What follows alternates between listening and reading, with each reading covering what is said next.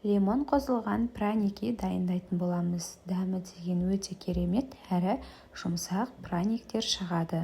Ең алдымен бізге 2 жұмыртқа қажет болады.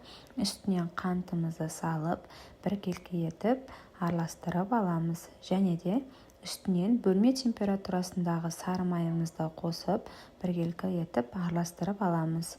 Және де үстінен лимон шырынын қосамыз, және де лимон цедрасын қосатын боламыз. Біркелкі етіп араластырып аламыз, және де үстінен ұнымызды салып, және де қосақтышымызды салып, біркелкі етіп қамыр илейтін боламыз. Қамырымыз қолға жабысқақ болып шығады, және де қолға жабыспас үшін 30-40 минут холодильникке салып қоямыз. Мінекей қолымызға жабыспайды.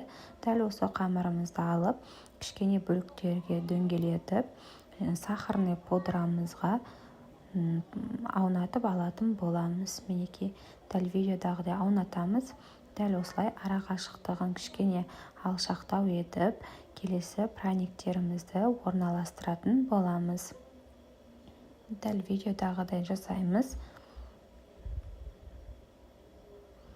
Бетіне жұмыртқа немесе басқа нәрсе жақпаймыз. Мінекей пряниктеріміз дайын, өте жұмсақ әрі дәмді пряниктер шығады. Ас болсын, каналыма тіркеле кетіңіздер, және де лайк басып қолдай кетіңіздер. Ас болсын.